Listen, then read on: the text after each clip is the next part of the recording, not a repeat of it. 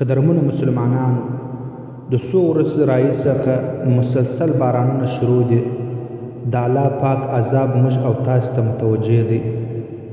باید ټوله په اخلاص سره که زنان یې که کوچنیان یې او که نارینه یې ټوله په اخلاص سره استغفار ووایو او الله ته متوجه سو. د زړه په اخلاص سره باید دعا وکړو چې یا الله دغه عذابونه ستا پر موږ راوستلي دي.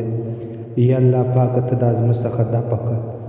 څومره تاوانونه وسرو، د څومره مسلمانانو کورونه ویولو او څومره باغونه ویولو او څومره مسلمانان په دې کې شهیدان سولو او څومره مسلمانان ته نور مالی تاوانونه ورسېدله. نو باید په کار دی چې استغفر الله په کثرت سره ووایو، د هغه سره سره صدقې وکړو، د هغه مسلمانانو سره صدقې وکړو چې د پر هغو باندې تکلیفونه راغلي دي، د هغو کورونه خراب شوي دي، د هغو سره هر قسم تعاون وکړو، هغو ته راشن ورکړو او هغو ته د اسباب ورکړو او د هغو بچانو فکر وکړو. نو په دې سره په دغه صدقه سره د الله پاک غصه ختمیږي، ټنډیږي.